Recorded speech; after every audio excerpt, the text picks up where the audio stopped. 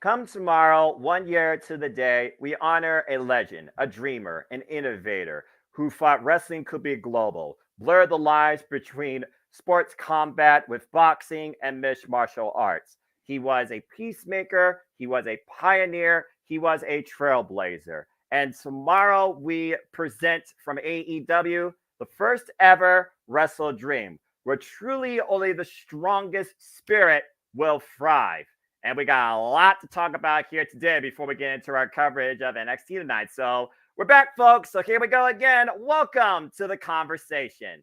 Hello, everybody, and welcome once again to City Predicting. This time as we cover AEW Wrestle Dream. You know what this is, for I am the simple man of the simple brand and the voice of the JMN, forever grateful for professional wrestling. And my name is Noah Foster. With me, of course, is the renegade of All Elite this time, founder, CEO of Cassidy 18 Studios, JJ Williams.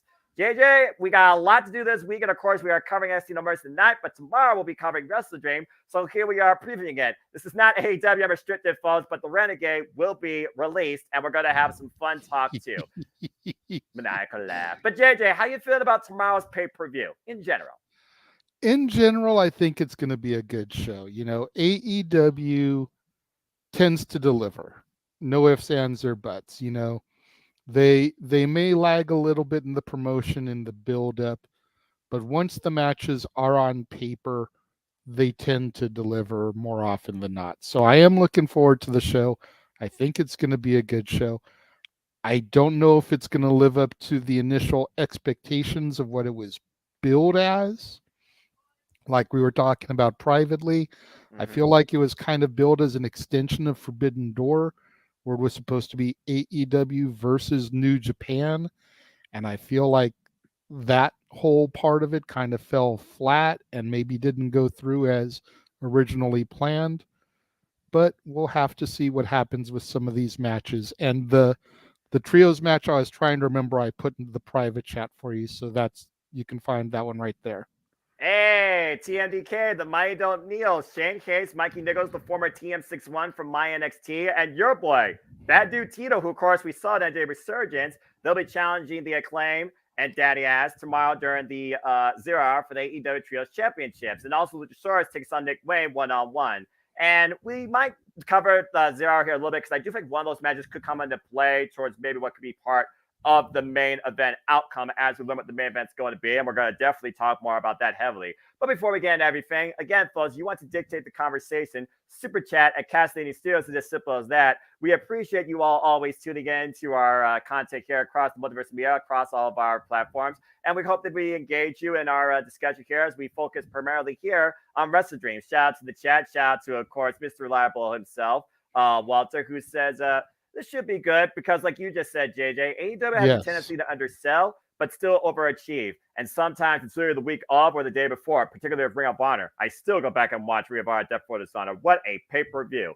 And again, at the end of the day, it's just more wrestling content. And this should be a lot of fun, to say the least. And we'll talk more about the 0 hour probably tomorrow during our 0 hour, as of course we'll be covering it, me and JJ together. So stay tuned, folks. And again, if you want to check out this show yourself, it is available across all pay-per-view providers internationally, and of course here for now on Bleacher Report via pay-per-view. And yes, I bought it because I am crazy as a fan of professional wrestling too, damn it, but I digress.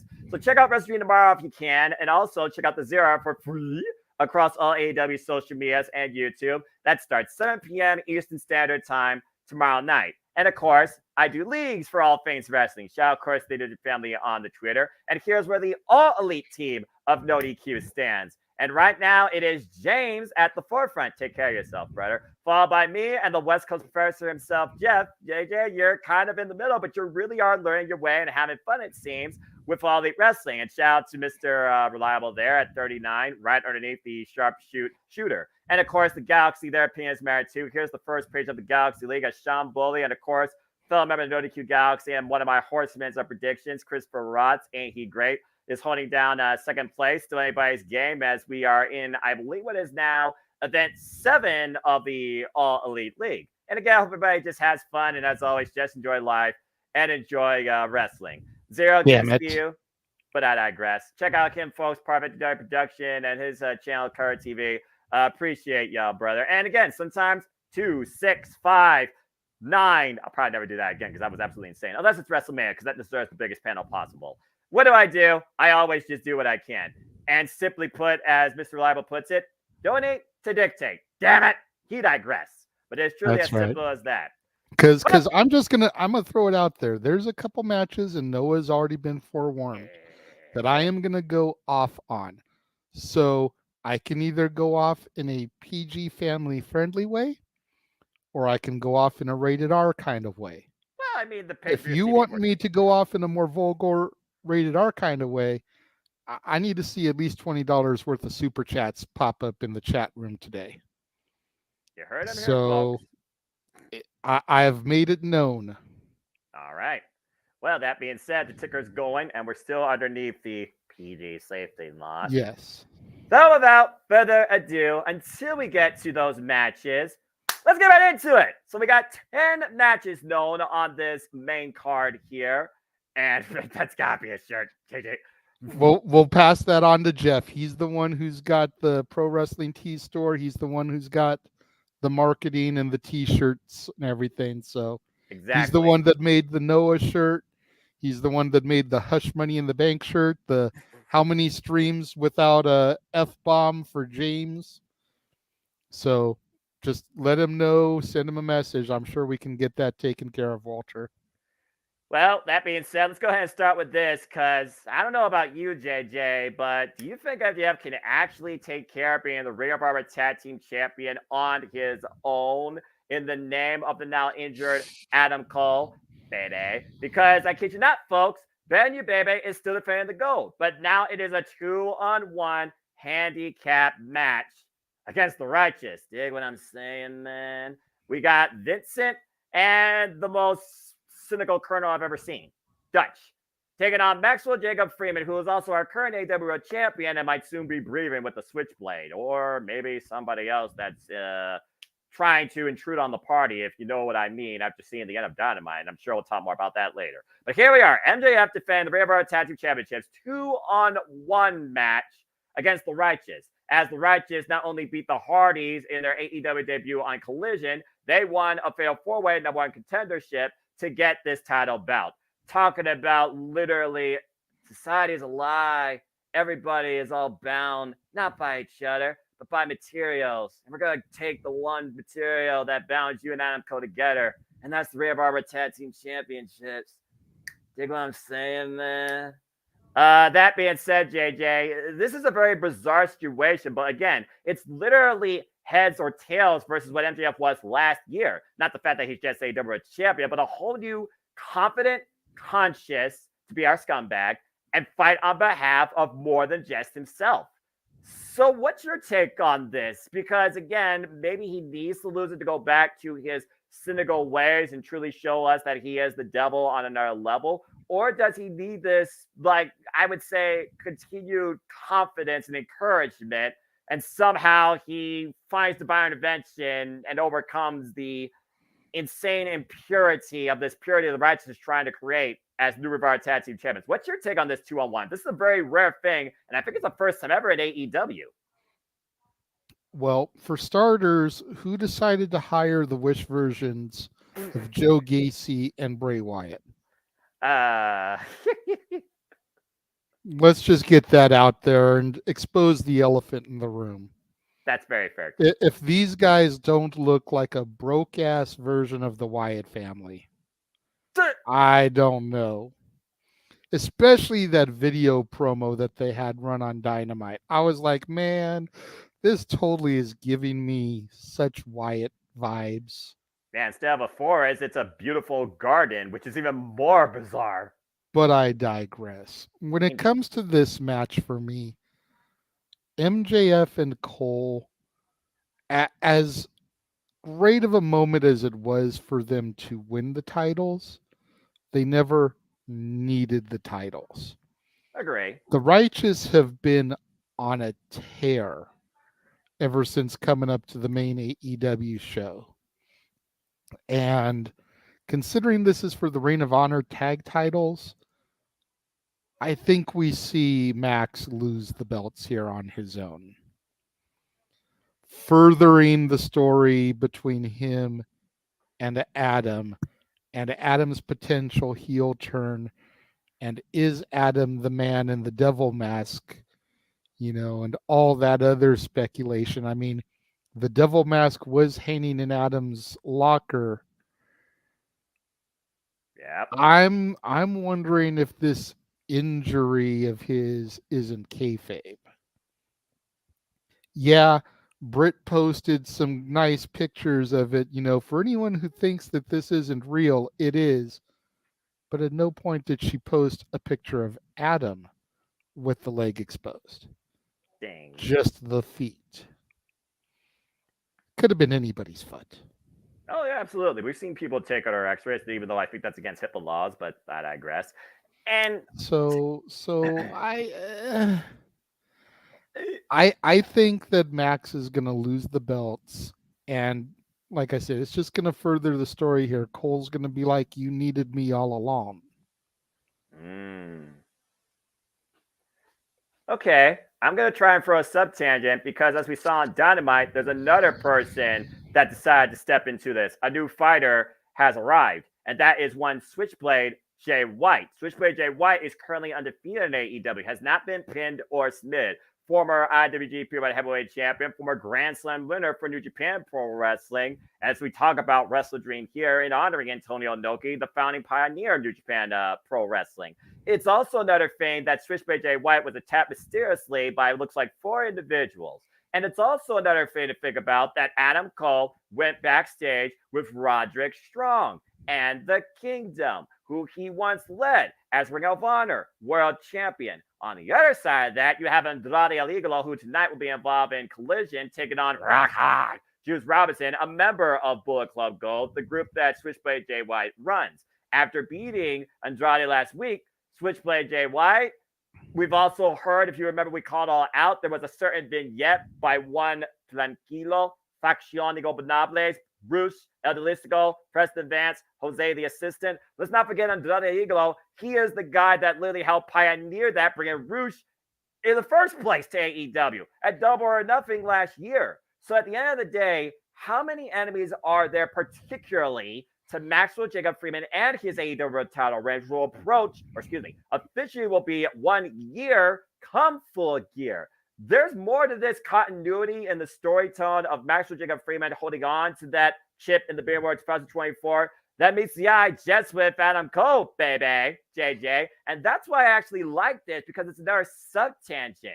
After all, MJF has not only defended the AEW World Championship at the biggest event in wrestling history, AEW in Wembley Stadium, he also defended successfully against Samoa Joe, a match 7 years in the making. Most recently, you and I called it at Grand Slam. So the fact that he hasn't defended on the All Out pay-per-view or this pay-per-view, I give him a buy because he's already defended it twice within the span of time of both these pay-per-views. Because the last thing you want to do, I think, is overbook your world champion in world championship defenses in a quick sprint.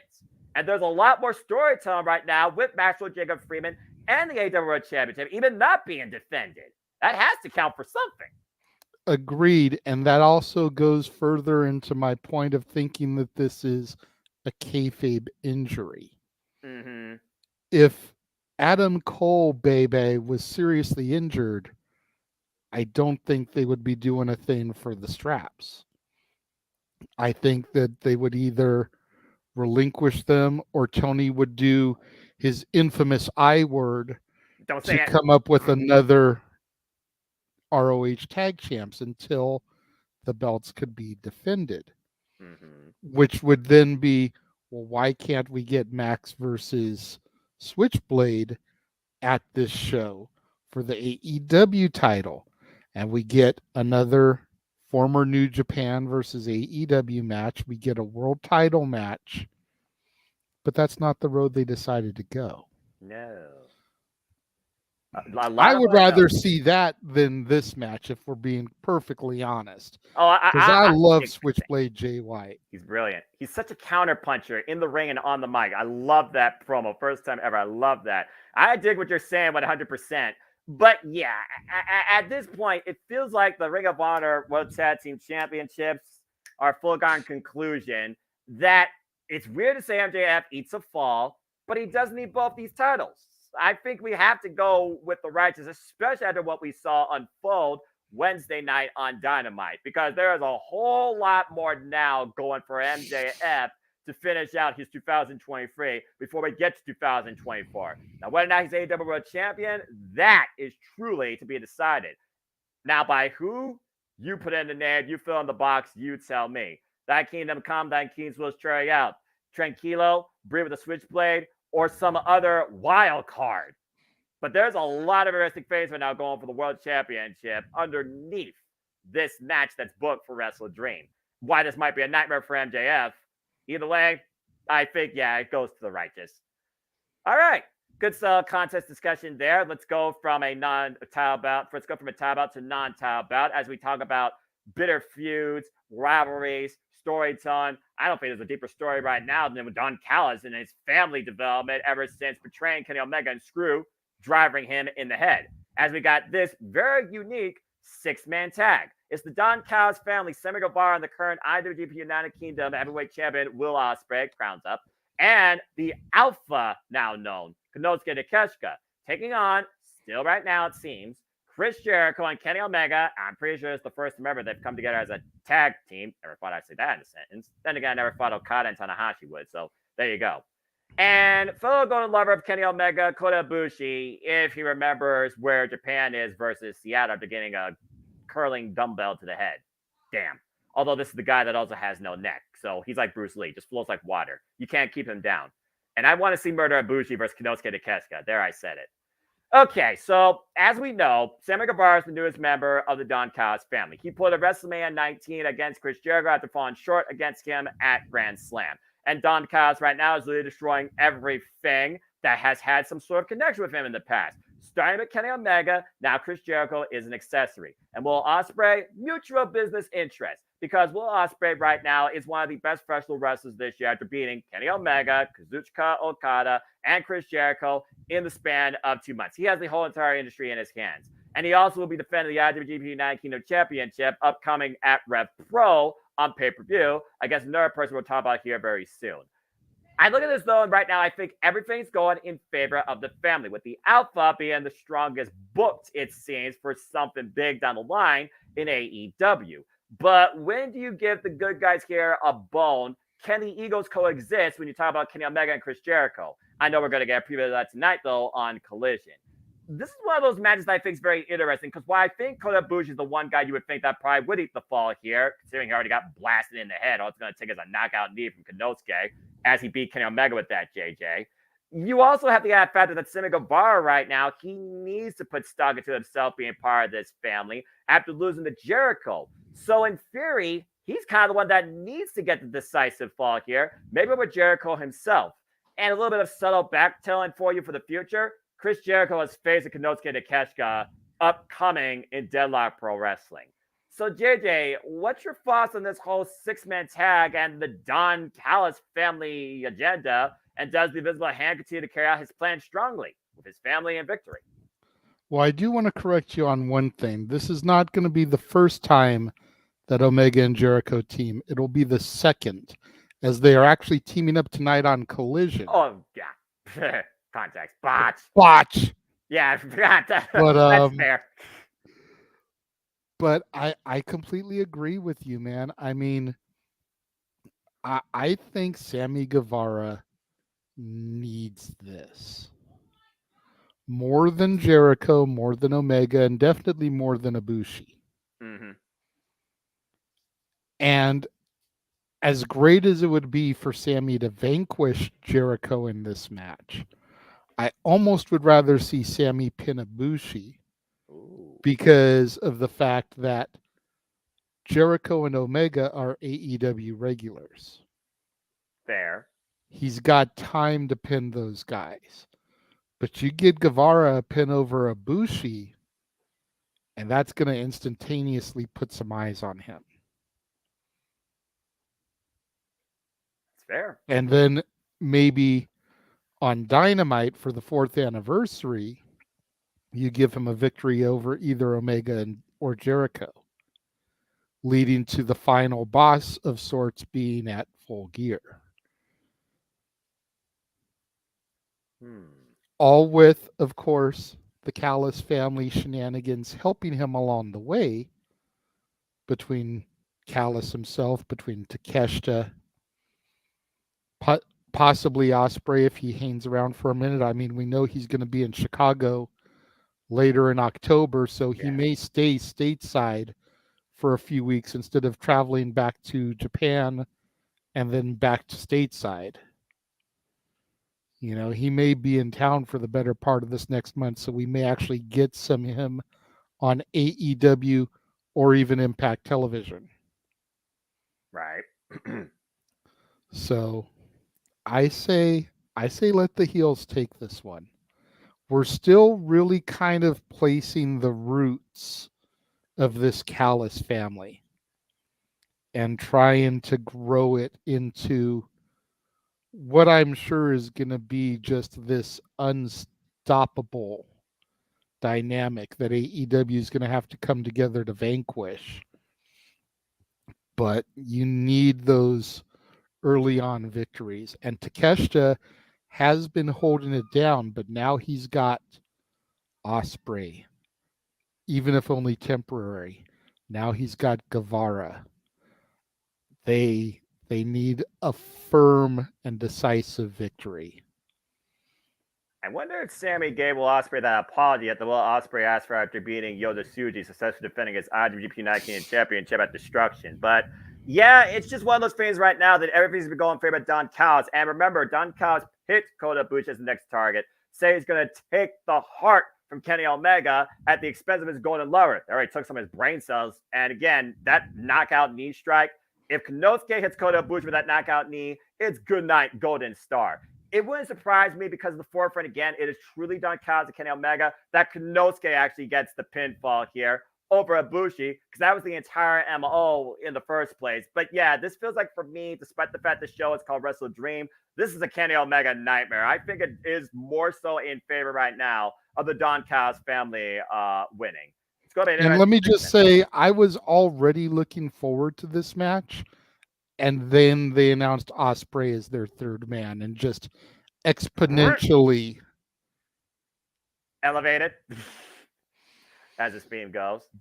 Fair enough. I've been very critical of Guevara over the last year plus, and he's very slowly starting to win me over with his in-ring work. I know Josh Mansfield will pop hardcore for that when he hears it, but yeah, I'm starting to get to the point where I can put the personal life aside for Guevara and look at his in-ring ability, and the kid has got skill. And you put him alongside Takeshita and Osprey, and that's just a fierce dynamic. Whereas on the other side, you can almost say that Omega is starting to get past his prime. Jericho has been past his prime, although still able to hold his own, way past his prime. Ibushi, still don't know a whole lot about him, but figure Omega is starting to hit that downward slide of his career. Jericho's been on that trajectory. The other side, the heel side, they're all still on that upward climb. That's good. That's a good point. And again, AEW is all about grooming their young talent. As we've seen, several of these young talents are literally involved at this pay-per-view. So I definitely understand where you're coming from. And again, going from Chris Jericho since day one to now Don Callis, that's a very interesting mentorship dynamic or a paradigm shift, give us soon, Moxley, for Sammy Guevara's career, to say the least. Plus, he has a baby coming. Congratulations, Will Ospreay. He's more focused on family. So there is a lot more of a family dynamic besides the heel characters of AEW in the Don Callis family. And then you have Konosuke Takeshita, the alpha, who at this point Don Callis is trying to turn into the first alpha, better than Kenny Omega. And that's a high bar to set. But I digress. But speaking of which, talking about personal animosity, talk about family, talk about elevation, growth, evolution, rise to the occasion. Boy, oh boy, you can say a lot about this individual, can't you? Because Eddie Kingston is now defending two titles. He is a double champion. Eddie Kingston defends the Ring of Honor World Championship and NW Strong Openweight Championship against the Ring of Honor Pure Champion Katsuyori Shibata after overcoming his rival Claudio Castagnoli in what feels like 18 odd years of unsettled business and not found respect. We've seen how far Eddie Kingston particularly has grown. He shook the man's hand. He beat him one-on-one fair and square in the middle of the ring. Claudio Castagnoli even accepted that as he had his moment at Grand Slam in front of his family. Winning the title, he held up to the regards of Low-Key, Homicide, and RIP Xavier. Then you have Katsuyori Shibata, who almost lost his damn brain in life back at Sakura Genesis 2017, thought he would never wrestle again, and he is one of the best Ring of Honor Pure champions I've ever seen, yet still use a single rope break and is back full gear in the industry. This is going to be a very mutual respectful bout, but it's one of those things right now that Nick Kingston says he now is going to focus primarily on AEW after coming back from injuries and surgeries and also signing a new deal. Congrats to him. Well deserved. It goes to show that, hey, even if you don't think you belong here, even if you don't fit the mold of the industry, even if others think that you don't have that potential, all you got to do is prove it to yourself if you still fight your demons to this day, that Eddie Kingston has admitted. This is a unique match, JJ, but when you think about how long Katsuyori Shibata relied on the King's strong style, Antonio Inoki, of course, inspired that for Carl Gotch, and Eddie Kingston, of course, follows the King's Road, opposite style. That's like pro wrestling Noah to a degree. It's two different disciplines, but it's still a united front of honor and respect. But it's also Eddie Kingston's second Ring of Honor Championship defense after a great bout with your boy, Rock Romero, last night on Rampage. I think this could have shades of what happened with Eddie Kingston versus Konosuke Takeshita on Rampage. They fight the hell of each other. PK, spinning Hurricane, knockout, Eddie Kingston falls to the cover. I think Eddie Kingston retains. But what's your take on this match? You're going to sit here and try to make me say something positive about Eddie Kingston, aren't you? Well, I'm not going to force you. Who am I to do that? It's free will. I think Eddie retains primarily because of the fact that he just got the belts. I mean, if I'm being honest, I'm still fairly clueless when it comes to Shibata. I respect that. And I don't think they're going to give Eddie this belt just to take it off of him right away. So Eddie retains. I hate to say it. I don't think he should be champion yet. I don't think he should be a double champion. Eddie retains. The fact of the matter that he also has the NW Strong Championship, it being Kenta, who will also be involved in Impact Wrestling's Bound for Glory, taking on Chris Sabin for the SW Championship. Hell yes. Hell Sabin. It goes back to that another merit where he says pro wrestling saved his life, and I think Corrigan Hall was his sanctuary. What I wouldn't give to see a freaking New Japan Pro Wrestling or Stardom show or Pro Wrestling Noah show in Corrigan Hall right now. I swear. But anyway, yeah, and it's a unique thing because, again, you and I were talking about it a little bit. We thought they were going to somehow push this out to Final Bout. You and I at least were even teasing the idea of a 30-minute draw. Shades of what happened with Kenny Omega and one individual we're going to talk about here that's also coming home to Seattle, the American Dragon. To see Eddie Kingston now as the Ring of Honor World Champion and a champion for NJPW is a very unique dynamic. And I do wonder how far he could go with both. If it wasn't for the fact that both titles are on the line here, I probably would have gone with Shibata because I think Shibata proved, hey guys, you don't think I can wrestle? Look what I'm doing. Watch me. So again, I want Shibata to further transcend the Pure Championship, but I think he could also be a great NW Strong champion. But the Ring of Honor World title here, to see Shibata Triple Crown, that'd be the shock of the weekend for me. Not that I'm saying he can't do it, but Eddie Kingston just got this. I can't go against right now this man's momentum and passion. Yeah, I gotta say Eddie Kingston retains, but it's gonna be a very respectable bout and a very physical bout, and that's what I love about pro wrestling. Damn it! But I digress. Yeah. Alrighty, let's go ahead and move things. Ladies and gentlemen, this is not AEW Unrestricted, but welcome to the Renegade Released. Are you ready to have some fun? We have a fatal four-way for the number one contendership for the AEW World Tag Team Championships. Anytime the winners want. It is the Young Bucks, the former AEW World Tag Team Champions, two-time, might I add. The Guns, former AEW Tag Team Champions that lost them to FTR after beating them for those titles. The Lucha Brothers, who are former AEW Tag Team Champions after beating Jurassic Express. And about to add, they're also former Ring of Honor Tag Team Champions.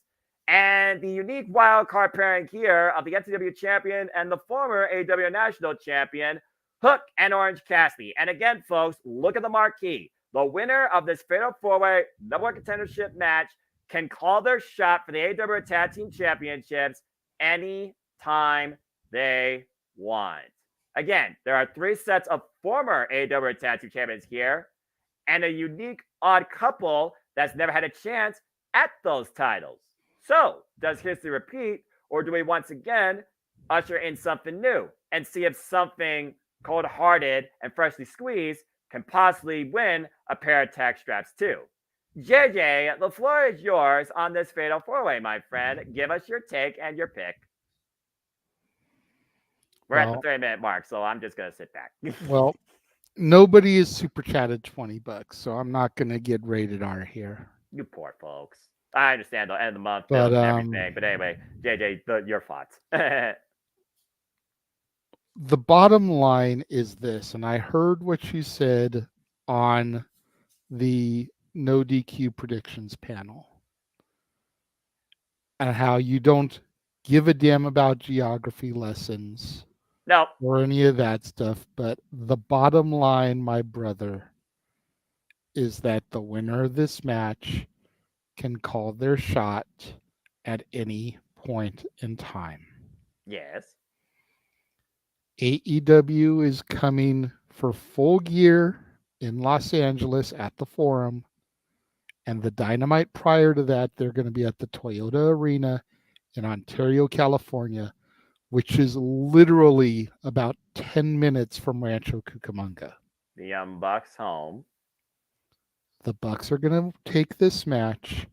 They're going to call their shot for one of those 2 locations, and they're going to become the AEW Tag Team Champions. As much as I hate it, as much as I want to vomit saying it, because fuck those little shits. Oh my. But the bottom line is that the EVPs are going to book themselves to take this and take it all the way to the bank. And they're either going to have a Kevin Steen, El Generico, Kevin Owens, Sami Zayn moment at the Forum. PWD represent. Or they're going to have it in their hometown of Ontario, California. Again, right down the street from Rancho Cucamonga. It literally used to take me 10 minutes from where I lived in Rancho to drive to that arena. That is how close it is to Rancho Cucamonga. The fact you're talking about a comfortable travel experience in California speaks volumes. Yeah. I hate it. I hate it. I hate it. I hate it. But facts are facts are facts. They started the year as trios champions. They're going to end the year as trios for Ring of Honor and AEW tag champions. Okay. Well, again, I'm simple. I'm different. I believe in change. I believe you try and usher in a new era with new challengers and new champions. I believe you break the status quo. I'm not gambling any sort of dance routine on here either or anything like that. I still stand in my belief that I want to see a first time ever encounter with Hook and Orange Cassidy. And I don't think the Young Bucks need the AEW title champions if they're already champions for Ring of Honor. As you said, they are 2/3 of the Ring of Honor Trios champions. And also Nick Jackson will be facing Ray Phoenix for the second time ever one-on-one action for the AEW National Championship this week on AEW Dynamite anniversary show Wednesday night. Absolutely. And Nick Jackson is going to more than likely take the title off the guy who wasn't supposed to win it in the first fucking place. Oh, JJ. To put all the freaking AEW Fight Forever being played, to put all the belts on the Bucks. I'm telling you, dude, I hate it. but I see this as kind of a great big fuck you to everybody that supported CM Punk in AEW. All right. Well, again, Hangman Adam Page came out, ran his mouth, alluding to the Punk era without flat out saying it, right. because he can't just let shit go now that Punk is gone. And the EVPs are going to book themselves to be this strong entity.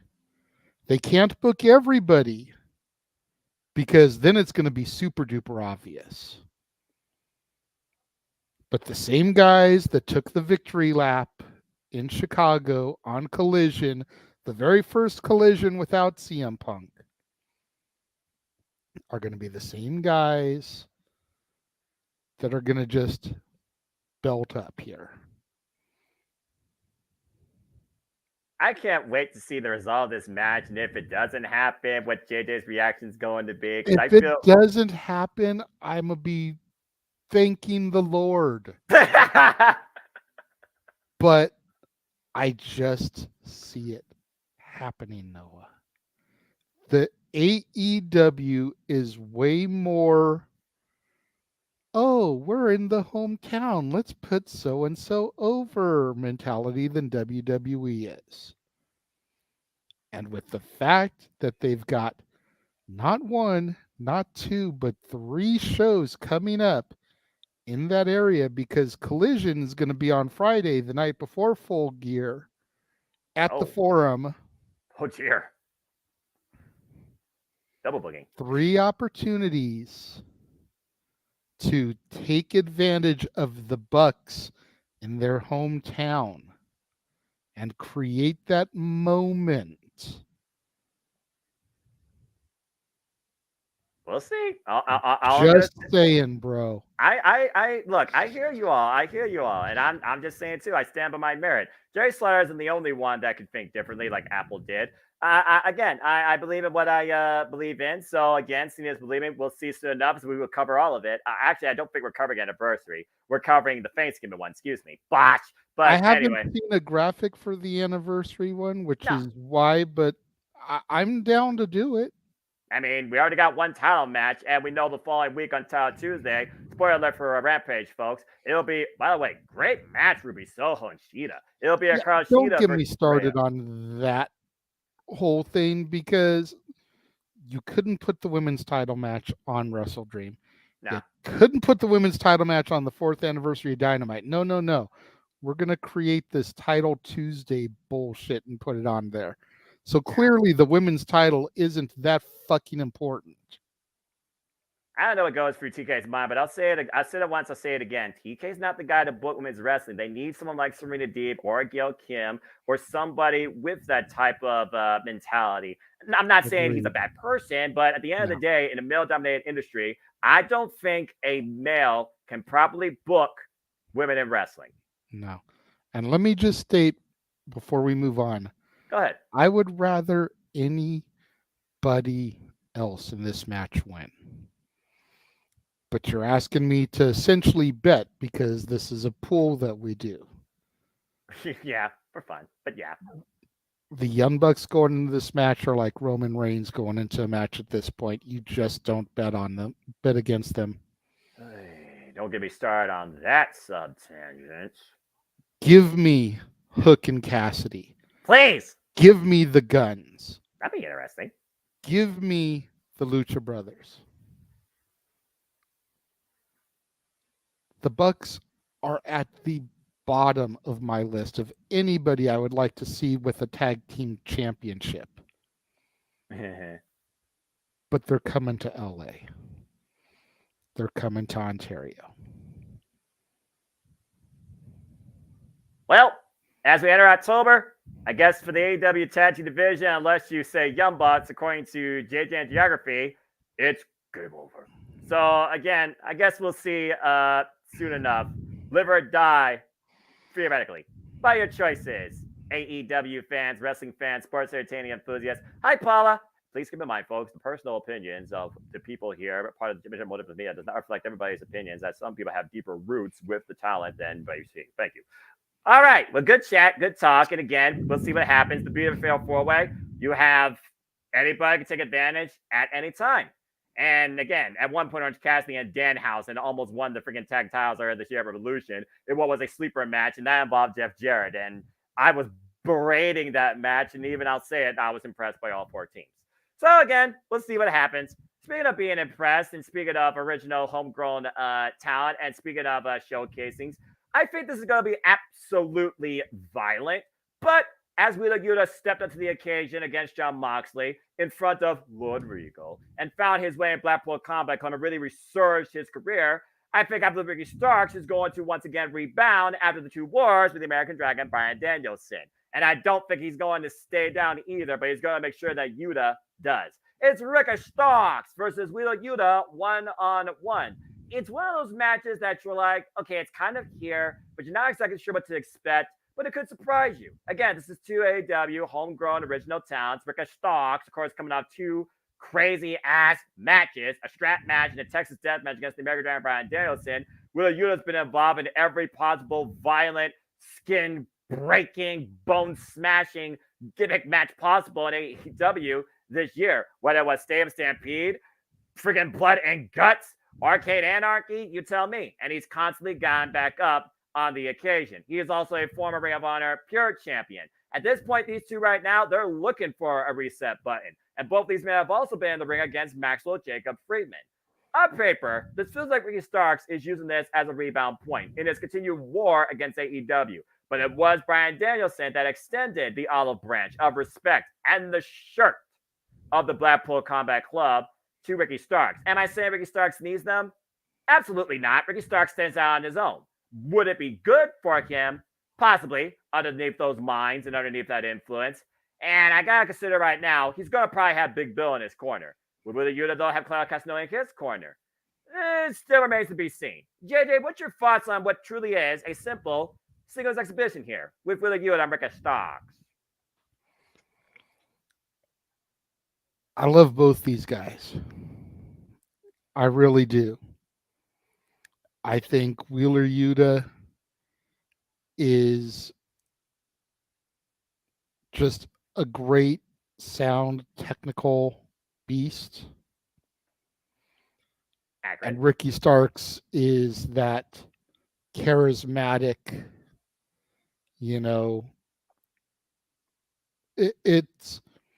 it's The Rock and Triple H. Ricky Starks is like a modern Rock, and Wheeler Yuta, being a student of the game, is kind of a modern Triple H. And I feel like this could just be the beginning of something beautiful between these two. But at the end of the day, I think Ricky needs this more. Because Ricky is on that upwards trajectory, whereas Yuta has kind of been stagnant for a little bit. Mm-hmm. And he's okay kind of being in that middle of the road. Ricky Starks needs that recovery after the whole thing with Punk kind of fell apart. Mm-hmm. And the thing with Danielson has been great. Get past Yuta, just continue that upward momentum. Got Claudio Castagnoli. Then you just break away from the BCC altogether. Wheeler Yuta goes on his own, maybe an excursion of sorts. No. I'm saying as far as Starks goes. Oh, I see. But the whole feud. Starks has already defeated Danielson. Yeah. Have him defeat Yuta. Have him defeat Claudio. And then just kind of go on from there. Oh my God. Ricky Starks versus Claudio Castagnoli? Do you want him to uppercut him into oblivion? Why not? He's a former world champion. That's fair. Granted, Ring of Honor, but still. Hey, I would throw him in there with Mox, but we don't know how long Mox is going to be out of action. That's true. And by the way, Jon Moxley, get well soon. If Mox is back in time, then have Mox be final boss as far as BCC goes, because Claudio was only ROH champion. Mox was an AEW champion. multiple times. He literally brought that title out of the dark and into the light. I honestly wonder if that promo last year fall actually didn't happen, would AEW still stand where it is today with the AEW World Championship and the light that it's at? But I digress. Again, it's a very, very fair point. Again, Rick Stocks, I mean, literally, the guy could own this whole industry. He has every tool, every damn tool. So I'm looking very forward to this match. But speaking of singles matches, speaking about, picking your spot, showing that you're not content, showing how hungry you are, showing how bad you want this, we're going to go get into some cowboy shiznak in whose house? Swerve's house, as we are home in Seattle, where he looks to defy, again, JJ, another Ring of Honor World Champion. It is Swerve Strickland who signed the contract in blood. Ouch. After getting stabbed in the hand with a pen by the Hangman, Adam Page, who for the longest time has finally gotten a fire light up on his backside. Yes, he is also the other third, of the Ring of Honor World Tag Team Champions, and Prince Nana has not been in the money. But I think here is very pinnacle for both men. I think it's going to show really how both men go forward. Hangman, is he just going to continue to coast? Or is Swerve actually going to bring something else out of him and further his own stock? Swerve said himself, he wants to be a main eventer. He wants to be in that spot. He sacrificed family and friends. He has given it all to this. And the fact that he literally has swerved into a program against Hangman after what happened at AEW All In just goes to show when it comes to Swerve's mentality of making enemies of everybody. But that being said, JJ, this is a very unique first time ever one-on-one encounter. And again, it rains a lot in Seattle. I think it's going to be a very dark, stormy day for the Hangman Adam Page. And I think we're going to shine bright in Swerve's house tomorrow night. What's your take on this singles encounter? I completely agree with you on this one. I picked the Bucks to win, much to my chagrin. But I think the Hangman is going to eat some cowboy shit in Seattle. He's going to take the fall. We're going to make Swerve Strickland tomorrow. And then they'll be in the money. The fact that he stopped the Prince Nana dance, people are like, blasphemy! Hey, absolutely, man. Absolutely. And if you want to see Noah do the Prince Nana dance, we're going to have to get some super chats. We'll have him do it again on open mic night tonight. Stop it. We'll have you mix.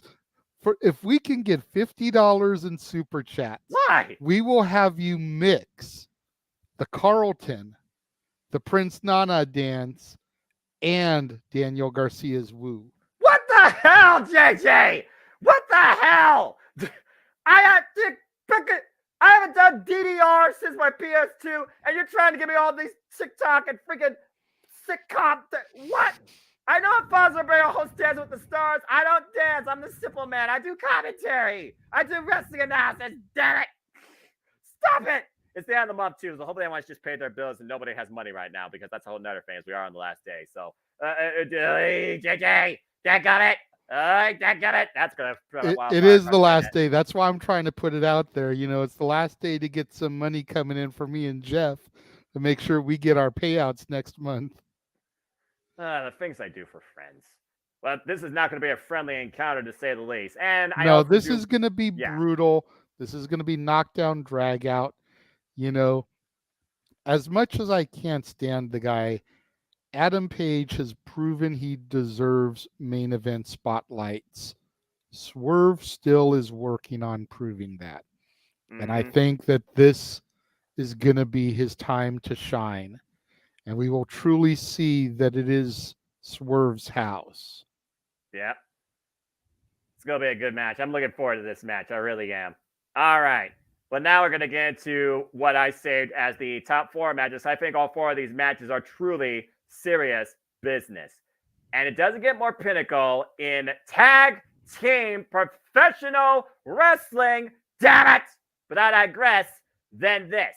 Top guys of the industry, the best tag team going today in all professional wrestling. There, I said it. Cash Wheeler, Dax Harwood, FTR, the current AEW World Tag Team Champions, taking on 1 year to the day their greatest rivals, possible equals in these two adversaries. Aussie Open crowns representing United Empire. I am, of course, talking about Mark Davis and Kyle Fletcher. If you have not gone to NW World's YouTube channel or NWWorld.com to look at their initial first time ever bout, 38-minute classic last year at Royal Quest 2, you owe it to yourselves because Dax Harwood is pleading, begging. He gets that mean, brash, violent, absolutely brutal, badass bastards out of these guys that can dethrone them. When FTR literally said they could be the greatest tag team of all time next to them, they mean it. This is Aussie Open's trial by fire. It could be their last chance. It is a match literally 1 year in the making. Reflective retrospectives. FTR, they've been the NXT, Ring of Honor, Raw, and SmackDown when those titles actually mattered. Tag team champions, AEW tag team champions currently, AAA tag team champions, IWGP Heavyweight tag team champions. Why Aussie Open has defined tag team wrestling of a similar scale. Been OTT, WXW, Red Pro, IWGP Heavyweight Tag Team Champions, and Ring of Honor Tag Team Champions. It is either top guys or crowns up tomorrow night at WrestleDream in the pinnacle of tag team wrestling. JJ, your thoughts on this tag title contest? Who leads with the straps? Well, I'm going to say this. If there's one match, and please don't take this the wrong way, but if there's one match where I don't give a shit the outcome of, it's this one right here. Completely because agree. I will be happy if FTR retains. I will be happy if Aussie Open wins. Regains. But Gold. at the end of the day, there's more money between the Young Bucks and FTR than there is between the Young Bucks and Aussie Open.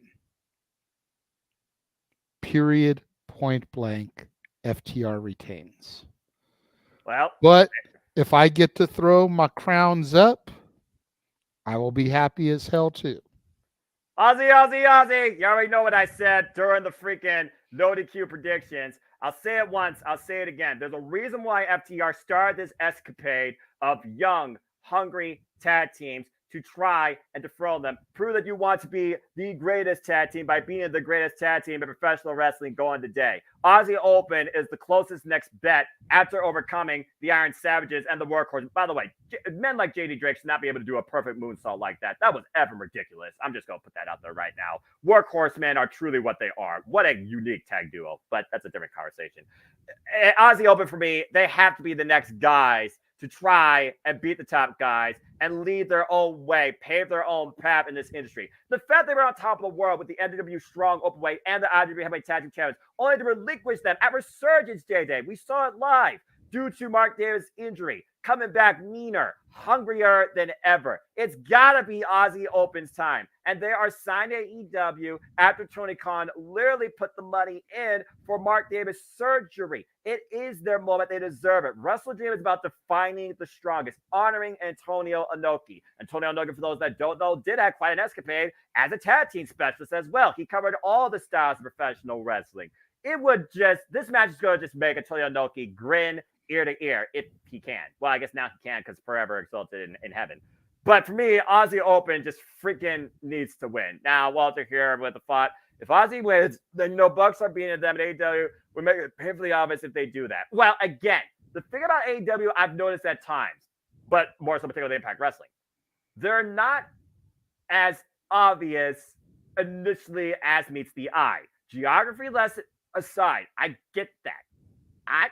I'm holding it out that I think AEW will surprise us before the end of 2023, particularly when it comes to the AEW Tag Team Championships and who holds them in tag team wrestling. It starts here with Aussie Open resetting the division as the new, first time ever, AEW Tag Team Champions. Then you have them either go up against the Guns, and you see if you get Bullet Club Gold versus United Empire, or you have them go up against the Lucha Brothers, who, of course, the Lucha Brothers and Aussie Open, they're no strangers to each other based on their time in Ring of Honor, fighting over the Ring of Honor Tag Team Championships. And then, of course, you have, like I said, Orange Cassidy and Hook. Orange Cassidy beat Kyle Fletcher in singles, defending his International Championship. Hook has never met anybody like Kyle Fletcher or Mark Davis in the ring. There is more possibilities in Aussie Open resetting this division, rightfully so and deserving at this moment, proven that they can hold this torch as the AEW Tag Team Champions. So I am still sticking with Aussie Open, crowns up. Okay. and I am so looking forward to this match. Again, Me this too. this could be my tag team wrestling title match of the year, and that says a lot. From the Motion Machine Guns to the Usos to Kevin Owens and Sami Zayn, who had a moment, but again, WWE dropped the ball. Go figure. Again, Ring of Honor, you think about the rivalries that FTR's been through, whether it's the Briscoes, whether it's DIY, just saying. Again, FTR has defined their legacy. They even said last year was about defining their legacy. This year now, we're going to see if somebody can literally surpass their legacy. And it starts by beating them and starting their own. Aussie Open needs to do that. All right. Well, let's go ahead and keep moving forward. We talk about defining yourself. We're going to see truly if somebody more than woman can beat somebody now that is more than what she ever was before, because this right here is pinnacle, and I do mean that quite literally, in the AEW women's division with two homegrown talents. On the only women's contest booked for this show, that's a rant for another day. Stay tuned for the state of the women's wrestling in the industry with me and JJ on Open Mic Night, date to be determined. As the TBS Championships on the line is the undefeated Chris Statlander, who has held this title now for 125 days, going in her 12th defense, who is 14-0 this year, JJ, 6 years in her wrestling career, already overcoming the likes of Mercedes Martinez, Taya Valkyrie, Nyla Rose, Emi Sakura, Ruby Soho, Jade Cargill, Thunder Baker, DMD, all for the title, might I add.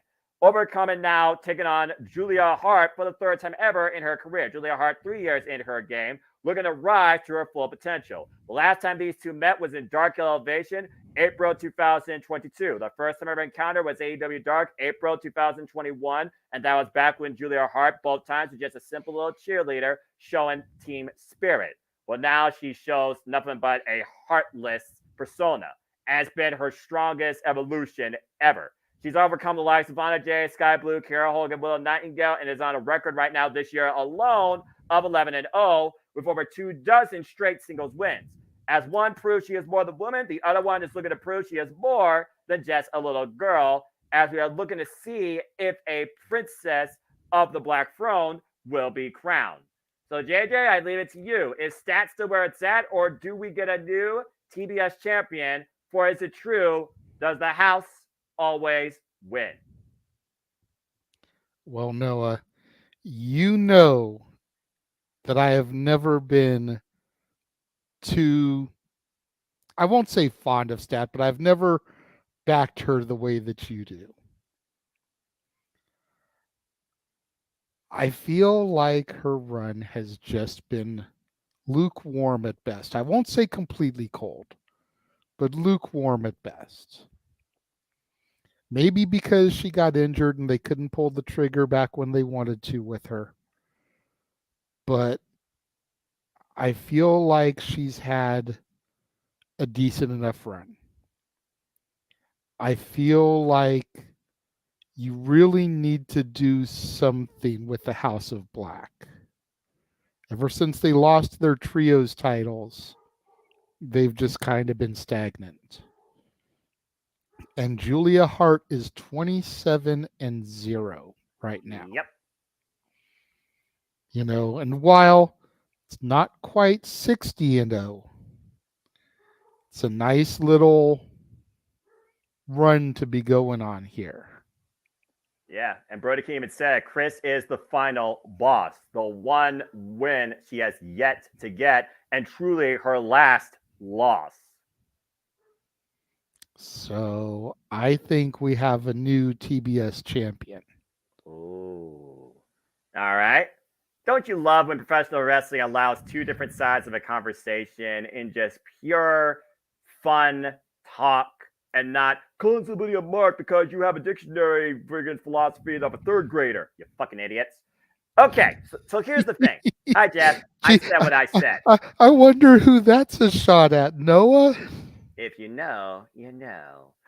All right, so here's my thoughts on this. I think these two are very pinnacle in the future direction of the AEW women's division. I think both have definitely proved a point that they want to progress not only themselves, but this division. And Chris Statlander, she's put it on herself to be that person, to use everybody else as an example, why she is champion. She doesn't want to do it against Julia Hart, but that's what she has to do. That is her job, and that's what she needs to do. She's going to hold the original non-custom TBS championship, the very title she took from that bitch, and is trying to elevate as you alluded to. Why Julia Hart, if you looked at the countdown, she talked about detecting lies behind the mask. And again, reaching her full potential, exposing all so they could see exactly you are more. This is Julia Hart's biggest test in her career to date. Ever since joining the House of Black last year, we've seen a complete 360. Ever since Chris Statlander went more than woman last year after AEW Full Gear, I believe, into AEW Revolution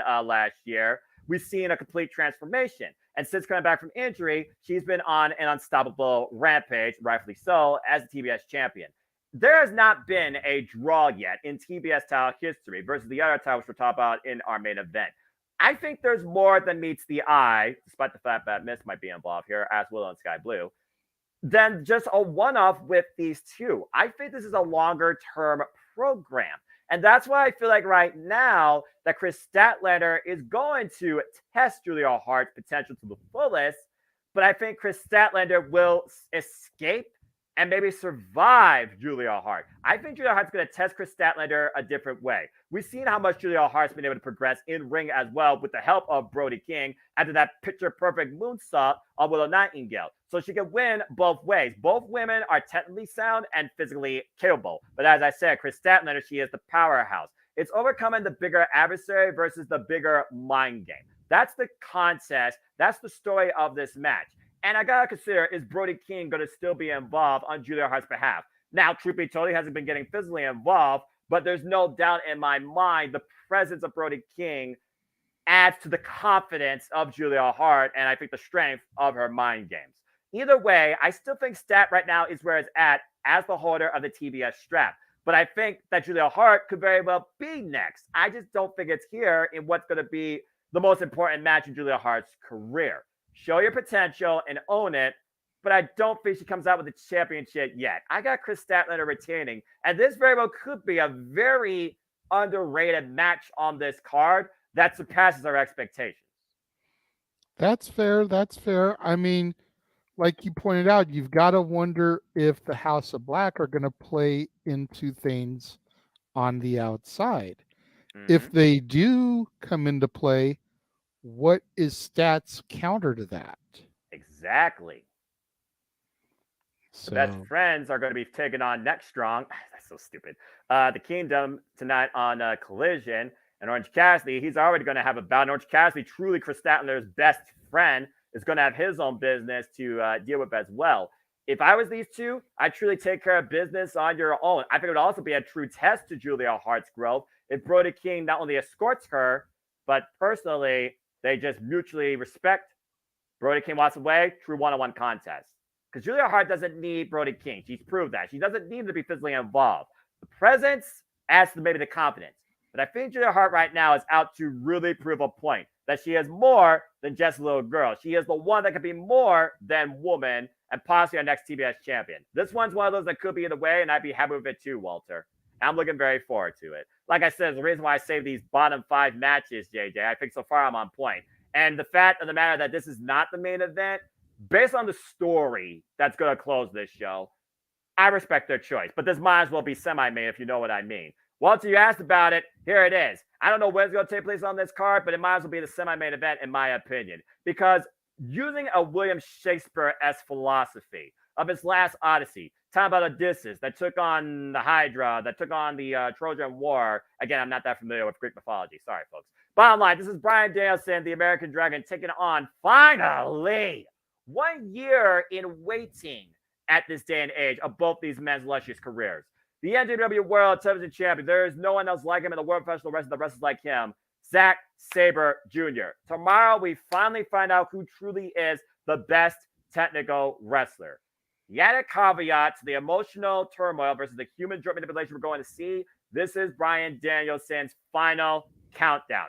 Come next year, he has done full-time in professional wrestling to be a father for his daughter, to focus on his family. Mad fucking respect. Bryan Danielson, 23-year veteran, JJ. He has currently faced Zack Sabre Jr. back in 2008 in a 2-out free falls match. He won 2-1. They met again in 2009 at WXW. Zack Sabre Jr. got the better of the American Dragon. Zack Sabre Jr., 19-year veteran, trained by the likes of Marufuji from Pro Wrestling Noah, He is a 4-time Red Pro British Heavyweight Champion and currently has 14 successful defenses with the NWA World Television Champion, leader of TMDK. This is the personification of technical wrestling. We just called Eddie Guerrero versus Chris Jericho at freaking Fall Brawl. I'm just going to put that in perspective. When you come to technicians, like Antonio Inoki, who's being honored, you figure about people like the Hart Foundation, Bret Hart, Owen Hart, Chris Benoit. Yes, I said his name. Kurt freaking Angle. These guys are going to give us a master class on technical wrestling. JJ, your thoughts on this truly first time, I gotta imagine, only and last time singles dream match?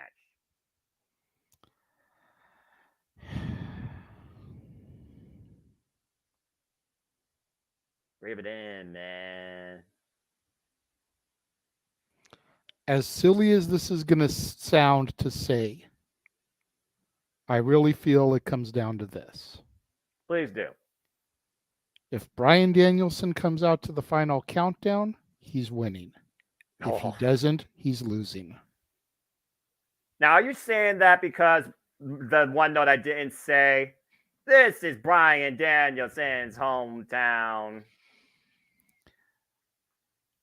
I remember distinctly when they did the scrum after Forbidden Door, and they talked about not disclosing the amount, but what they paid, they were able to secure Final Countdown for 2 uses. Correct. They've used it both times already.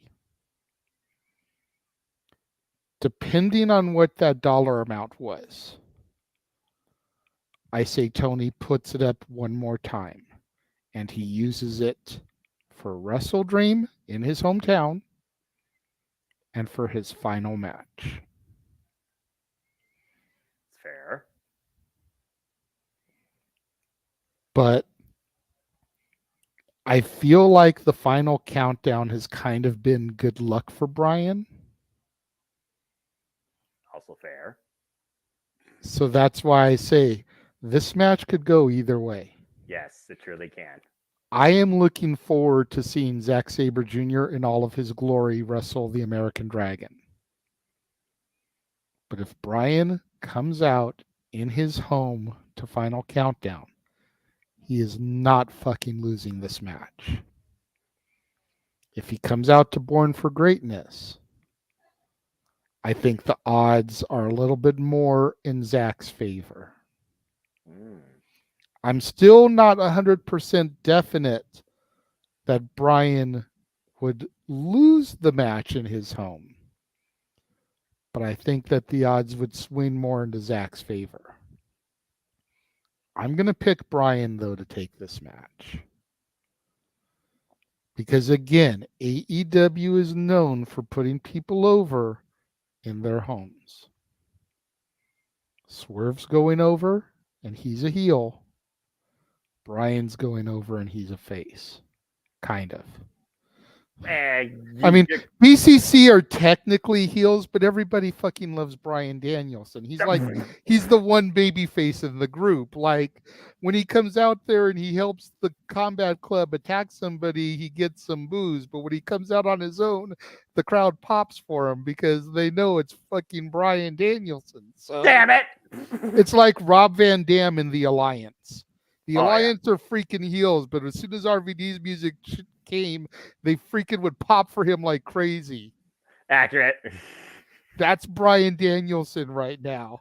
It's like he's technically a heel. He's in a heel stable, but if he's out there on his own, the crowd fucking goes nuts for him.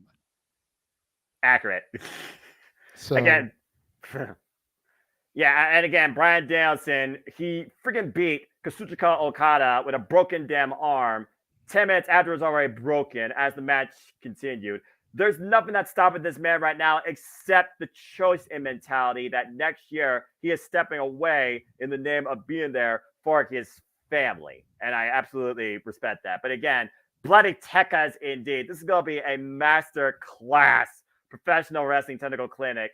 And again, we were supposed to get this last year for Forbidden Door. So we've been 1 year in waiting about if this was Forbidden Door last year, would we still be going the same way? Would you still go with Bryan Danielson? Would you go with Zack Sabre Jr., considering it's also AEW in-ring debut at the time? Of course, Clark Casanova, that was his in-ring debut. He beat Zack Sabre Jr. as well. So, again, it's just one of those fans where I'm just like, I'm so happy and excited. And, of course, following this, where Bryan Danielson continues his final odyssey, and nothing's going to hold him down. He's going to fight everybody possible. I can only imagine where we go from here. Zack Sabre Jr. will be facing Will Ospreay for the IWGP United Kingdom Championship at Royal Quest 3 on Rev Pro. NJPW World to see it later in October, because we're still in September as we're doing this. So, again, woofa. So, we'll see what happens here. The Mighty don't kneel, but the Mighty is going to get folded into a pretzel and still find a way to untangle himself. It's just a matter of how many different ways can you tie up Zack Sabre Jr.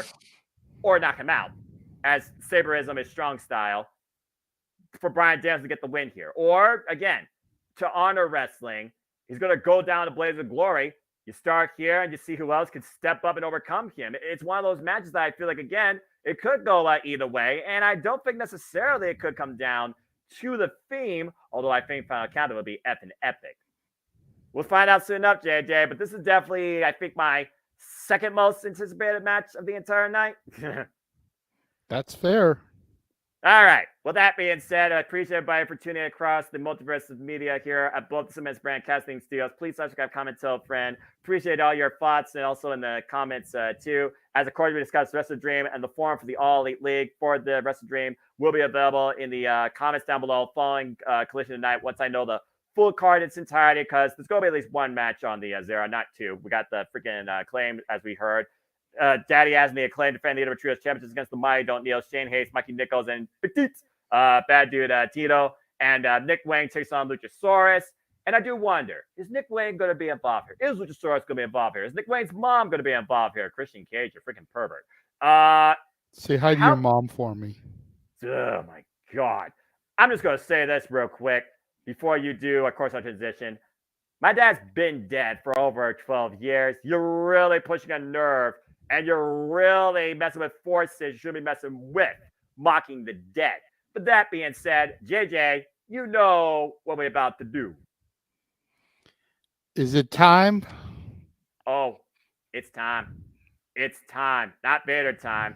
It is time, and that's why I don't have it going across the ticker. That's how important this is. It is time for what is officially going to be AEW WrestleDream's main event. Christian Cage, the true face of TNT. Now I can actually say it, as much as I don't want to. Damn it. The true TNT champion, Christian Cage, goes one-on-one with Darby Allin for the last damn fucking time. In 2 out of 3 falls, and only the better wrestler will win. Why Darby Allin says you are going to be fighting someone you've never seen before. Let's go ahead and talk a little bit about Darby Allin and the TNT title and this story where Darby Allin seeks one thing, JJ, validation. Darby Allin first won the TNT Championship against Cody Rhodes. It was November 7th, Full Gear 2020, where Darby Allin felt for the first time in his life he belonged, he arrived. He lost it to Miro when he used his 9 lives on his 9th defense. The next time he won the TNT Championship was right there in Seattle, January 4th, against Samoa Joe, but lost it shortly after then too. But Seattle is also Darby Allin's home, where he has defied himself in wrestling, along with First Strickland and a Defy Wrestling promotion. TNT title to Darby Allin means validation. For Christian Cage, it's just about cementing his legacy. On the flip side, you have Christian Cage Instant Classic. Not only has he been the self-professed face of TNT, as he says now forever, since literally June 17th, after he and Luchasaurus took the title from Wardlow, and has made it a focal point of Collision.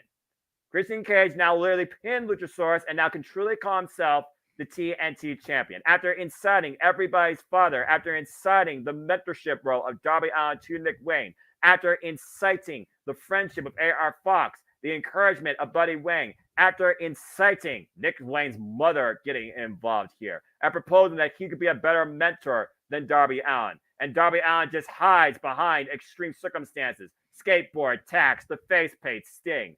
Not half the man that he is. Will Darby Allin finally achieve validation? Will Darby Allin close the book? Will Darby Allin finish this story? Or will Christian Cage once again take one last opportunity to prove why he is the face of TNT now and forever? And also with that, extinguish any chance Darby Allin ever has of becoming the TNT champion. JJ, your thoughts. This is a Wrestle Dream main event tomorrow night. This is the man that will climb Mount Everest next year. And Willie said he will give back the title to Christian Cage if he wins it. This is Christian Cage, the savvy veteran across TNA, WWE, you name it. He's done it. He's been there, world champion, and probably the most important TNT champion since Cody Rhodes, since Darby Allin's first run, and since the late great forever exalted Brody Lee. In Seattle, Washington, the home of Darby Allin. Do we find validity or do we find a finality? With Christian Cage still the face of TNT, or Darby Allin for the third time, once again the holder of the TNT? Well, my friend, I wish it was that cut and dry. I wish it was that easy. It's not. Because there are two very big questions that loom over this match. Does Luchasaurus turn on Christian since Christian stole the title from him? And do we hear those oh so defining words, "You think you know me," over the PA?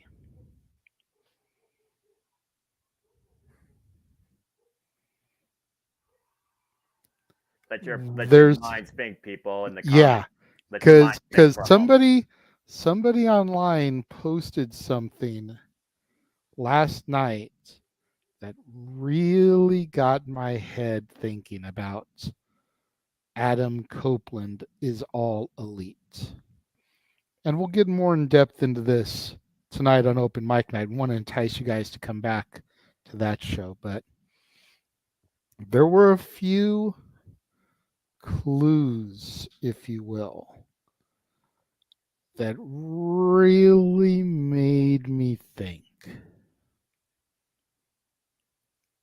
And for the first time in a very long time, I started to think that maybe, just maybe, this is actually going to happen.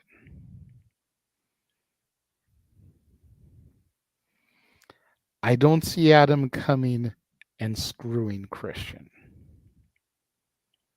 That wouldn't make sense. Especially when we could essentially set up Edge and Christian versus Darby and Steen at Full Gear. Whoa. All right. Think about that for a minute. Edge and Christian versus Darby Allin and Sting. Edge has never interfaced with the Icon. Edge and Christian versus the Young Bucks. ENC. For the AEW tag team titles. Edge and Christian versus the Guns versus Bullet Club Gold versus FTR versus the Hardys one more time.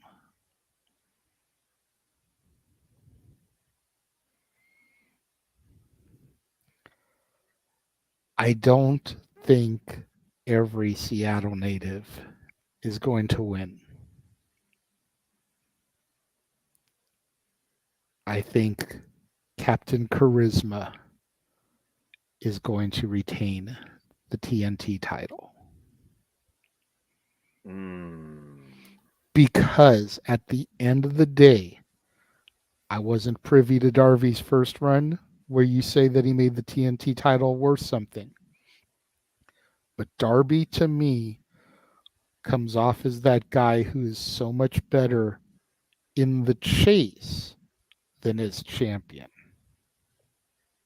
That's very fair. Darby is that consummate, gets his fingertips on the prize just for it to get jerked out of his hands. And I think that's the way Darby needs to stay. I wouldn't mind seeing him and the Stinger as tag champs, just to give Steen one last title run before he finally hangs the boots up permanently. But and I feel like that was the problem with Adam Page's world title run. The pursuit of the title was great. Once he got the belt, the run was shit. Just like Walter says in the comments, sometimes the chase is better than actually achieving the gold. Very fair. Darby is the chaser. Christian retains. Thanks to the debut of his kayfabe brother, Adam Copeland is All Elite. Damn. And again, I'll go more in depth into some of these clues on open mic night. Got to make sure people tune in.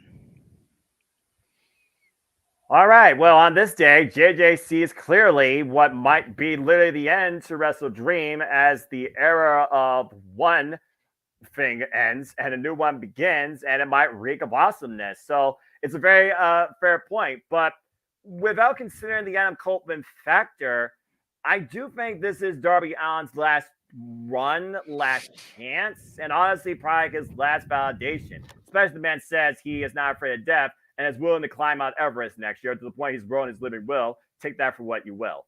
It's one of those things where Darby Allin at this point, the only thing that defies him, not just defy wrestling, the only thing that defies him is what he chooses to defy himself. And that's his own mentality.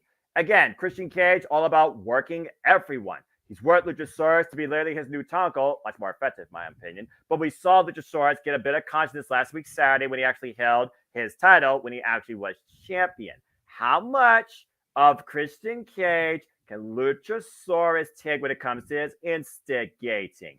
After literally insulting Nick Wayne's father and talking about being with his mother, I do also think he is pushing some family boundaries that could come back to haunt him or bite him, insulting the dead, insulting Darby Allin's dead father, insulting Nick Wayne's dead father. And then we talk about, AR Fox, who also is a great friend of Darby Allin. And AR Fox and Nick Wayne, they don't necessarily see on the same page either. But in the name of Darby Allin, they might finally learn to coexist to help a friend. Because 2 out of 3 falls, you can win a fall via pinfall, submission, or disqualification.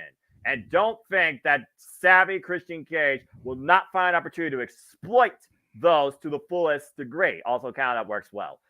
It's one of those things where I think there's so many different elements going in this match right now in AEW, with the added factor of Adam Copeland, a fighter in his own right, by the way, that Adam Copeland, again, we're not necessarily near Canada. Well, I guess we are pretty close to Canada, but I don't think we're near where Edge lives, just saying.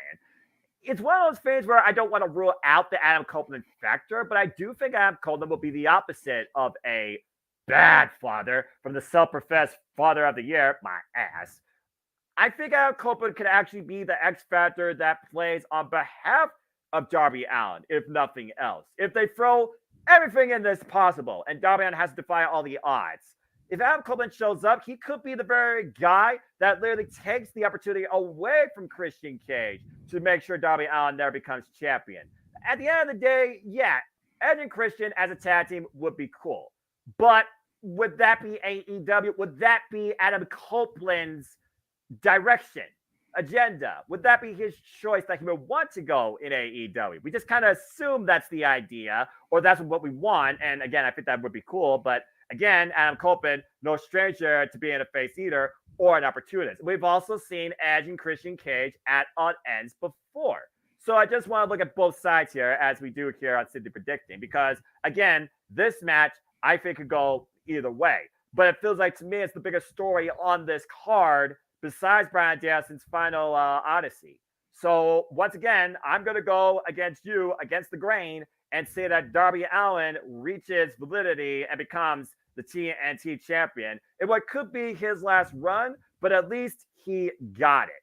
So I'm going to say that Darby Allin finishes out Seattle. Maybe Aubrey Edwards is there too, Seattle native. We see what happens there. All the Seattle people. Why the fuck not? And Oh literally, hell, if Aubrey's there, then she's gonna screw Christian no, because no, that's no, what no, she's no, known no, no, for. no, no, no. Don't start that. We are not going to question the integrity of Aubrey Edwards because that fucking witch is not involved in this, and neither is Jeff Jarrett. All she did was keep the witch at bay, and she fulfilled her promise. Anytime Karen gets involved, she's gonna knock her on her ass, and she should. Damn it, should be burnt at the stake. But I digress. Anyway, Damn, burn her at the stake? Jesus. We're not talking about the witch and the chosen one. We're talking I about. think you're going to need to go to confessional tomorrow for that one, Noah. Look, all I'm saying is Darby Allin been waiting for this moment to main event in AEW pay-per-view. He feels validated with the TNT Championship, holds it to a higher degree than the AEW World Title. I think he deserves this moment. I think Christian Cage does what he does best: work everyone, work somebody up. He did that with Jumbo Jet Perry before Jet Perry lost his marbles. I think Darby Allin closes out the night as the new TNT champion.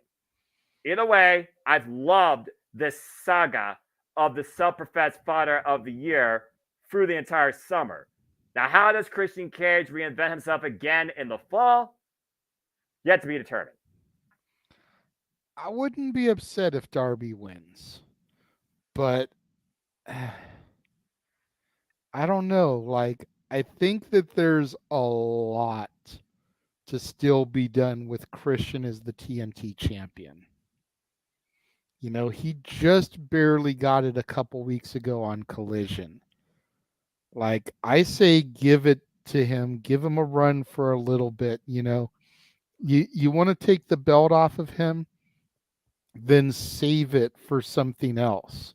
Save it for Championship Tuesday. Save it for the 4th anniversary of Dynamite. Save it for Full Gear. Granted, it won't be as special because it won't be in Darby's home, but Christian just got the belt. But you ask Christian, JJ, he has been the TNT champion since June 17th. He's the one that's held the championship the entire summer. I know, and I agree with that philosophy because he has made the belt worth watching, even when it wasn't officially his. He still made the TNT title worth watching, worth taking note of. And now it's the main event of an AEW pay-per-view. Absolutely. As it deserves to be. But bar none. And also, let's just put it out there, JJ. Darby Allin, Christian Cage, they've already met each other on 2 previous occasions where Darby Allin got the win under non-title circumstances, even though he says they were fluke and they don't count. Wins and losses do count. They are on the record books, Christian Cage. JR called you out. Sorry, not sorry. Again, classic Collision main event. Go watch that singles match. We saw what happened at All In at Wembley Stadium. Christian Cage not going to the coffin. His side still lost. And then we saw during Rampage Grand Slam, it was Christian Cage and Luchasaurus that lost against Sting and Darby Allin. So at this point, Christian Cage has gotten the better of Darby Allin in every way. It's about time that Darby Allin finally out-wrestles, Christian Cage's words, out-wrestles Christian Cage. Because to out-wrestle Christian Cage, you've finally proven something. Not just to yourself, but to him. This is validation for Darby Allin, not just for this championship, but honestly what Christian Cage has been spewing. Time to shut up, Instant Classic. Darby Allin wins the title. We shall see. Yes, we shall see indeed. And we also will see what it means when WrestleDream says the end of an era and a new one to come, with the idea that Mariah May from Stardom might be done there and come to AEW, expand the women's division, with the idea that an Ultimate Opportunist might make his way here, call his shot, whether it's alongside Christian Cage or against him. That's yet to be determined too. Whether Bryan Danielson's Odyssey already ends before it begins at the expense of Zack Sabre Jr., that is yet to be determined too. But there's a lot of interesting underlying dynamics and stories building out of WrestleDream. And that's why, if nothing else, this is going to be a worthwhile pay-per-view. But I think with that being said, we are done here with our discussion too. So thank you for tuning in, folks. We now will bid you a fine adieu. Thank you for tuning in so much to AEW WrestleDream City Predicting. We hope that we definitely encourage you to check out the show, or at least our coverage, as me and JJ will be on the call tomorrow night as we prepare for our call tonight for NXT No Mercy. JJ, it's been a pleasure. It's been the first time ever I think you and I did a duos panel for a wrestling pay-per-view, and we did it under 90 minutes. It was a great time. I might literally Absolutely on specials like this too. But again, we're not going to try and duplicate Plus. But is there anything in the short haul you want to plug besides your social media where people can find you too before we reconvene tonight for NXT No Mercy? Not really. I mean, of course, you can follow me on the social medias, the Renegade JJ Williams on Instagram, ROWJJ Williams on X, formerly known as Twitter, Casa D18 Studios on YouTube. We welcome you guys to tune in and join us tonight as we call the action for NXT No Mercy. We invite you guys to tune in tomorrow as we call the action for AEW WrestleDream. We invite you guys to tune in for open mic night this evening, the regular Saturday night shenanigans. We got a lot of stuff to discuss tonight, including the possibility of a rated R debut tomorrow. The most recent WWE signing, one that bitch Jade Cargill. Yes. Some comments made by both Bully Ray and Shawn Michaels regarding the straight edge savior CM Punk, and so much more. Plus, I actually have it on good authority. We will have James Hebert with us for at least the first topic, because I found a really interesting discussion point.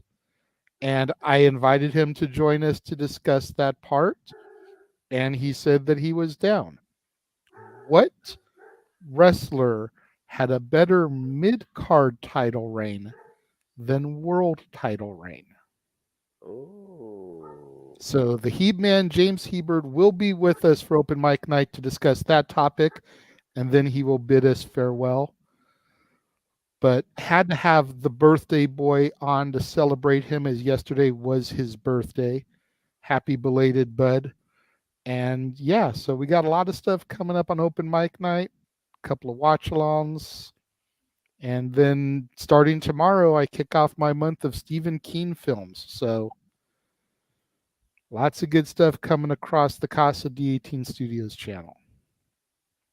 All right. And apparently, Good. I'm glad you've got yours ready, Walter. I have a hot take for a person, and I kind of discussed this with Jeff off air because he's not going to be there. He's going to be milling around Haddonfield, Illinois, Pasadena, California, and then going back to his home turf to see Gutter Candy with Frankie Kazarian on bass, and We Are Wasted performing, so he won't be there. But I shot him the first person that came to my mind and couldn't really disagree with me. So you're going to have to tune in to see what hot take I came up with. I look very forward to hearing all that and being part of the conversation too. And JJ, always appreciate you. And as he alluded to, folks, yep, me and JJ will be back here in a few hours with our own little kickoff show, as we will cover tonight NXT No Mercy. And it will be headlined, of course, by the following matches, including about limited to Braun Breaker versus Baron Corbin, a one-on-one grudge match. We will see if the ships get burned down or he gets speared into oblivion. The NXT North American Championship will be on the line as Dirty Don defends against Trick Williams. The NXT Championship will be on the line between him and Ilya Dragunov. And as we learn, apparently the NXT Women's Championship will be taking place as our main event under Extreme Rules as Becky Lynch defends against Tiffany Stratton. So stay tuned for more on that. But again, I appreciate everybody who also tunes into this live or on demand at any time. And if you want to know more about me, know this, for I am but a simple man and a lifelong fan of professional wrestling. Damn it! But I digress. And if you wish to engage with me more, then follow me if you choose on the Twitter and on YouTube and in Foster 1916 for all things wrestling. Shout out, of course, the entire AEW family on the Twitter and our social media platforms. You, of course, can find the AEW View Impromptu, the podcast my family started primarily me and the King, been lately with doing these things weekly after these pay-per-views and beforehand too. So find the playlist for the AEW View and Prod 2. Listen to some great open-ended conversations. They're unscripted, they're uncensored, they're unorganized, but they're a hell of a good time. Follow my civil YouTube channel for Prediction League updates and forums. And of course, giving your own simple assessment to all the biggest shows that happened lately in all things wrestling. Follow me on the Twitter primarily, though, for also the forums in conjunction with NoDQ, so yes, NoDQ, as well as the full Prediction League boards and updates on a regular basis, too, and a simple positive hello and live encouragement in your day. And also, again, please follow the AEW family. Please follow the AEW family across the Twitter and social media platforms. Follow my friend Amara Jazz, continues her pro wrestling escapade, which continues to prove that Jazz worth more than gold. A little bit over 1 year in her career. Wish you all the best, pal. Cheers to you. Hope to see you in Rev Pro, Pro Wrestling Eve, and so much more too. Check out Zero, who was in the chat earlier, Owen Finch, and James, of course, who spearhead the conversation every week. James from the producer role behind the scenes on all things All Elite Wrestling with AEW Spark. Check out the newest affiliate of the Multiverse of Me at The Dilla and the Rangers on Wrestling, Power Rangers, Impact Wrestling, and general professional wrestling content, as well as weekly review content, as always, too. Primarily, she looks for all these shows, but she also might start doing Impact Wrestling pay-per-views and Impact Wrestling Weekly, too. And me and her will be back on the call for Impact Wrestling Bound for Glory. Speaking of Bound for Glory and all things wrestling, here are the next of the predictings for you all here, as we'll be back next week to discuss Fastlane, followed by Bound for Glory, Turning Point, Crown Jewel, Full Gear, Survivor Series, and as we learn, NXT Deadline. So stay tuned for more on that. I'm sure there'll at least be 1 or 2 more shows announced for the end of 2023. As far as the Championship Network live watching events, after this weekend, we got Fastlane, and you see what's to come. Whether or not we include a AEW Diamond Anniversary, that remains to be yet official by Jeff Meacham. So stay tuned for more on that. You see what's next officially, though, with more to come on the Championship Network live watch along shows as we continue our way through 2023. Speaking of continuing our way, if you're not a member today, become a member today of Cassidy 18 Studios. There's a lot of great content already there, a lot of great forums, a lot of great polls, a lot of great discussion, a lot of great reviews. And we also are starting our own, I guess you could say, Odyssey too, as we continue our journey to WrestleMania 40. So far, we've canned 2, so coming up next will be WrestleMania 3. And me and JJ will work on that, and I'll keep you in tune with how far we are on this windy road all the way to Philadelphia, too. So stay tuned for more on that as well. And again, on behalf of the entire Jeff Meacham Network, Multiverse Media, we thank all of you always for tuning in to these yahoos discussing all things wrestling and going off the rails once in a while, too. Sometimes at the expense of JJ, who ends up watching things like Batman Forever. But I try and reel it in with subtle, wink, wink, nudge, nudge, spin, spin type of actions on air, too. So who knows what's going to happen tonight? Open mic night. Will it remain under control, or will he once again lose his spot as captain? We'll see. Again, it's always a fun time, though, with the weekly Saturday night shenanigans, usually that are open mic night. And again, open mic night will be, of course, regular time tonight, following No Mercy, 11 p.m. Eastern Standard Time. So stay tuned for more on that, as always. And again, that's just some of the stuff coming up in conjunction with WW Multiverse Media, Episode Productions, and of course, my simple YouTube brand, and of course, other things that are happening in and out of the internet with all of us too. But as always, going to conclude, there are no winners, there are no losers, there are no betters. Just fans with opinions for this passion we all share. So at the end of the day, folks, support one another, respect each other, protect your mentality too, treasure your families, and just enjoy life and enjoy professional wrestling. It is truly as simple as that. But with that being said, thank you so much once again for tuning in to another edition of City Predicting. In conjunction with Cassidy Studios and the Silverman's brand, part of Gemini Multiverse Media. Please subscribe, comment, tell a friend. Hit the bell, this video goes live on demand on either of these channels at any time. Hit the subscribe button, help it keep growing our YouTube communities. I assure you, our creative content, our passion is not leaving anytime soon. This boy monetized. Show him some love, if you will. Give him a super sticker, give him a super chat. It is as simple as that. At Cassidy 18 Steels. I'm happy to support a friend. I'm always along for the ride. And again, as far as the season goes, now we officially are entering autumn. We've only just begun. All sorts of wildness is soon to come, and it starts with this weekend. I hope everybody enjoyed the conversation, enjoyed the discussion, enjoyed the back and forth banter, and the counter opposites to some of these great matches too. But I think now, on this beautiful Saturday afternoon, we will bid you all a fine adieu. We'll see you in a few hours here on the WRESTLEDREAM Media for our coverage of NXT No Mercy. But until then, as I always leave you, and encourage you, make a positive impact in life and have a good night. For I am AEW, but I also truly am simply a fan of all things professional wrestling too, and sports entertainment. Have a good day, folks. Take it easy, everyone. Bryan Danielson for the win.